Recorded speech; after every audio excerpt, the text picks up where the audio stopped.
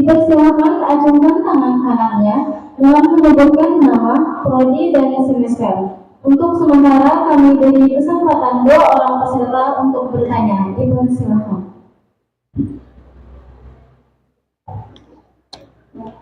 Dari perempuan ada yang ingin bertanya, 1 orang. Baik, dipersilakan kepada laki-laki terlebih dahulu. Minta cabut apa? Kalau tertinggal kan. Gitu, hasilnya. Baiklah, terima kasih. Jadi langsung saja ke pertanyaannya. Ada maju ke depan kah yang bertanya? Di tempat duduk aja kah? Ya, ini langsung saja ke pertanyaannya. Jadi kita kan pastinya tidak tahu apa yang akan terjadi ke depannya dalam berorganisasi ini. Jadi pertanyaannya, bagaimana caranya agar kita bisa memanajemen waktu dalam berorganisasi, memastikan bahwa tugas kita dalam berorganisasi tersebut berjalan dengan lancar, dan apa yang harus kita prioritaskan antara kepentingan pribadi atau berorganisasi. Terima kasih. Selanjutnya dipersilakan kepada perempuan.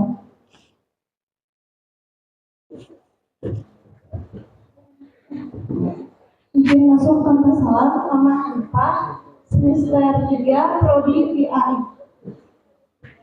Jadi pertanyaannya, apa saja strategi seorang pemimpin dalam membangun dan mengembangkan sesuatu kepemimpinannya dalam di organisasi? Terima kasih. Baik, terima kasih kepada para penanya. Langsung saja silakan kepada pemateri untuk menjawab pertanyaan dari para peserta. Ya baik, ya pertanyaan pertama dari siapa tadi namanya? Saipul ya. Ya, pertanyaan kedua dari Hanifah. Ya, saya jawab yang dari Saipul dulu ya.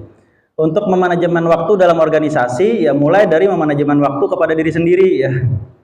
Ya, kalau kepada diri sendirinya belum bisa berhasil, akan sulit untuk bisa mengaplikasikannya, menerapkannya di dalam organisasi. Jadi coba saja ya, 1 hari itu mau merencanakan apa saja, ya manajemen waktunya di dalam 1 hari itu ya. Kita yang harus kontrol waktu, jangan kita yang dikontrol waktu. Kita yang harus menguasai waktu, jangan sampai waktu yang menguasai kita. Ya, kalau kita mau melaksanakan sesuatu, misalnya kita prediksikan, kita rencanakan. Kalau manajemen itu kan mulai dari perencanaan, terus lagi setelah itu pengorganisasian, terus lagi setelah itu namanya ada pengaplikasian atau pelaksanaan. Baru setelah itu ada yang namanya pengawasan dan evaluasi. Jadi selalu saja ya, mulai dari perencanaan dulu. Rencanakan waktu untuk mengerjakan ini, waktunya berapa sih saya maunya gitu kan ya. Berapa sih cukupnya untuk mengerjakan ini? Oh, saya harus ke Amuntai dulu, terus di Amuntai saya ke sini. Oh, diprediksi waktunya 2 jam misalnya. Ya, atau ikut kegiatan ini diprediksi waktunya sekian gitu ya. Lalu masuk pada setelah perencanaan masuk pada pengorganisasian. Ya, lalu bagi strategi untuk penggunaan waktu itu seperti apa supaya tepat. Ya, jangan sampai waktu yang sama ketika kita gunakan untuk hal yang tidak bermanfaat atau tidak lebih penting, akhirnya waktunya terbuang. Ada PR isuk dikumpul ya, kalau ada juga misalnya tugas PR-nya ya tugas kuliah dikumpulnya minggu depan, malah yang minggu depan yang duluan dikerjakan daripada yang esok gitu kan, terbuang waktunya jadinya ya. Nah terus lagi yang minggu depan itu misalnya mudah, sangat mudah sekali, yang besok ini sulit misalnya kan ya, maka nggak apa-apa kalau kita mau mendahulukan yang minggu depan karena 5 menit selesai misalnya kan ya, supaya kita bisa setelah itu fokus menggunakan 55 menit setelah itu untuk yang sulit tadi gitu kan ya. Jadi itu kemampuan kita dalam mengorganisir namanya ya, mengorganisir tugas yang ada pada diri kita. Jadi perencanaan, pengorganisasian, lalu setelah itu ada yang namanya pelaksanaan, baru kita eksekusi. Apa yang mau kita kerjakan tadi, eksekusi, laksanakan ya, melangkahlah, bergeraklah gitu ya. Setelah itu jangan lupa terakhir ada evaluasi namanya ya, pengawasan atau evaluasi. Setelah kita melakukan, jelas ada yang sudah sesuai dengan apa yang kita rencanakan, ada yang kita lakukan itu tidak sesuai dengan yang kita rencanakan. Kalau ada yang tidak sesuai dengan yang kita rencanakan, apa sih masalahnya? Harus kita evaluasi sehingga di kemudian di waktu selanjutnya kita bisa memperbaiki apa-apa yang masih kurang tadi, apa-apa yang masih belum bisa secara efektif kita gunakan terhadap waktu kita tadi gitu kan ya. Jadi ini saya jelaskannya contohnya secara umum saja, tapi melewati 4 fase itu dalam memanajemen waktu tadi gitu ya. Jangan sampai waktu kita itu dibiarkan seperti kita hidup di air yang mengalir gitu ya. Nah, jalani aja dulu, jalani gitu kan. Yang bila tuntung aja kena tuntung misalnya kan. Ya nggak bisa, ya harus kita atur dengan 4 langkah tadi, 4P ya.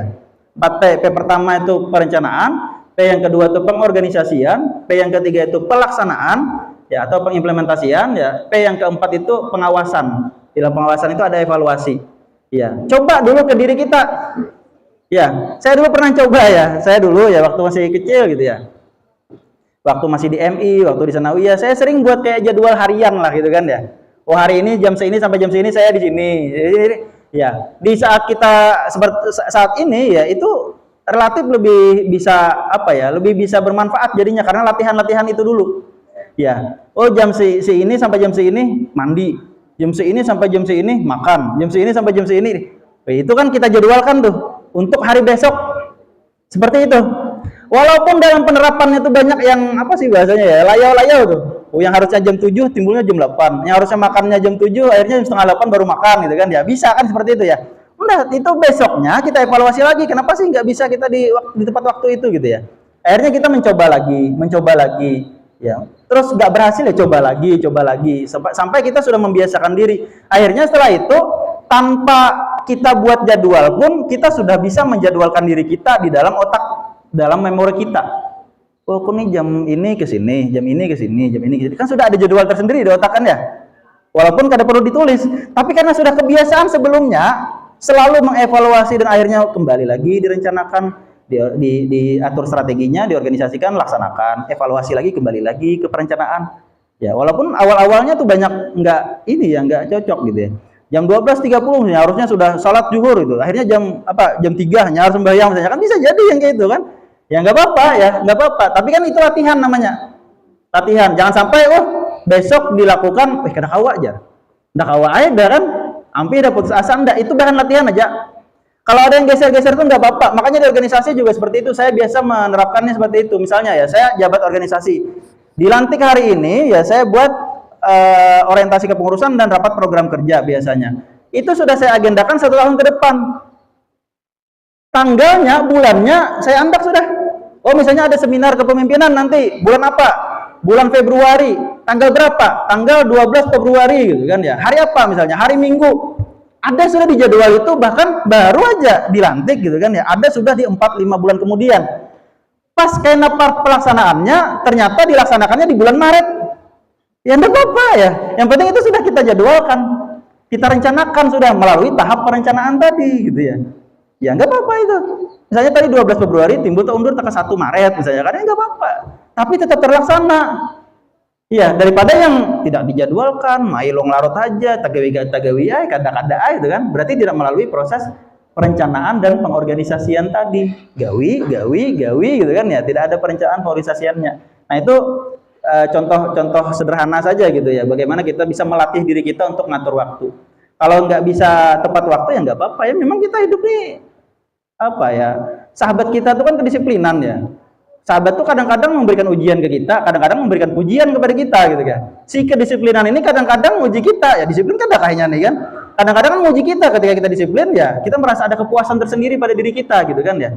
Nah, jadi kedisiplinan itu bukan musuh kita, bukan sesuatu yang harus kita hindari, tapi itu sahabat kita ya. Tapi kadang-kadang dia, karena hari ini harus datang tuh jam saya tadi kan ya, jam 8.30, ternyata saya datangnya kan terlambat kan ya. Ya karena saya tadi dari Tabalong tidak di jalan tidak terprediksi, tak iringi muter-muter ganal gitu ya. Sampai terstop tadi di Sungai Turak yang jalan longsor itu gitu kan ya. Antrinya lumayan panjang gitu kan dan lain sebagainya gitu ya. Nah, itu kan di luar prediksi kita. Ya nggak apa-apa, yang penting sudah kita rencanakan bahwa 7:30 datang ke sini gitu kan. Ya, ada perencanaannya, ada pengorganisasiannya dan lain sebagainya. Jadi itu. Terus kalau tadi memprioritaskan sesuatu gitu ya. Tadi saya bagi gambaran sudah ya. Ada yang PR-nya atau tugasnya besok dikumpul, ada yang tugasnya minggu depan dikumpul gitu ya. Maka yang jadi prioritas adalah yang besok. Tapi kita lihat ya, itu kan secara waktu gitu kan ya atau kuantitas. Tapi kita lihat secara kualitas. Yang minggu depan itu mudah, 5 menit selesai. Yang besok ini sulit, 2 jam baru selesai misalnya kan. Berarti kerjakan yang mudah dulu supaya bisa fokus mengerjakan yang sulit. Kita kan kadang beda, oh ini lebih sulit nih, kerjakan lebih dulu gitu kan ya, kan gitu. Akhirnya waktu kita banyak terbuang sampai habis waktu kita, keduanya kan dituntung. Ada dua tugas, satu nyaman, satu sulit. Kita gawe yang sulit dulu, punya waktu cuman 1 hari. Ngerjakan yang sulit habis waktu 1 hari, akhirnya apa? Yang sulit kada selesai, yang nyaman kada selesai. Ya kalau, kenapa nggak kita pilih mengerjakan yang nyaman dulu, yang mudah dulu?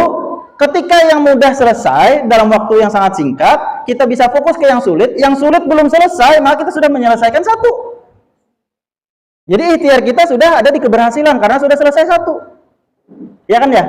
Nah, itu seperti itu menentukan prioritas. Ada yang berdasarkan kuantitinya, ya bisa dilihat waktunya, bisa dilihat jaraknya dan lain sebagainya, ya keperluan waktu dan lain sebagainya, tugasnya dan lain sebagainya.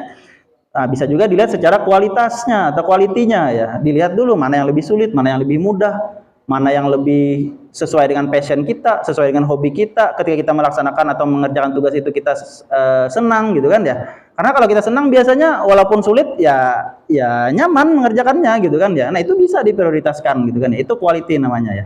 Jadi lihat kualitasnya ya lihat kuantitasnya. Itu ya. Terus apa lagi tadi pertanyaannya? Sudah terjawab semua ya. Oke, baik. Selanjutnya dari siapa tadi? Hanifah ya. Apa tadi pertanyaannya untuk yang Hanifah? Strategi dalam mengembangkan kepemimpinan gitu ya. Kalau saya nggak salah ingat ya. Ya, mengembangkan kepemimpinan. Nah, jadi kalau mengembangkan kepemimpinan, kan aspek kepemimpinan itu nggak boleh kita belajar dari memimpin organisasi. Ya, kesalahan banyak. Ya, banyak kesalahan dalam pelatihan-pelatihan kepemimpinan. Karena ketika ada materi kepemimpinan yang dibahas adalah memimpin organisasi. Padahal konsepnya harus dimulai dari memimpin diri sendiri. Ya, saya sedang nulis buku, ya doakan mudahan selesai ya. Ini mengenai navigasi kepemimpinan, mulai dari memimpin diri, memimpin orang lain, memimpin organisasi. Jadi nggak bisa menjadi pemimpin organisasi yang baik tanpa bisa menjadi pemimpin orang lain ya. Memimpin orang lain. Tidak bisa memimpin orang lain tanpa bisa memimpin diri sendiri gitu ya. Jadi harus dimulai konsepnya dari mimpin diri sendiri.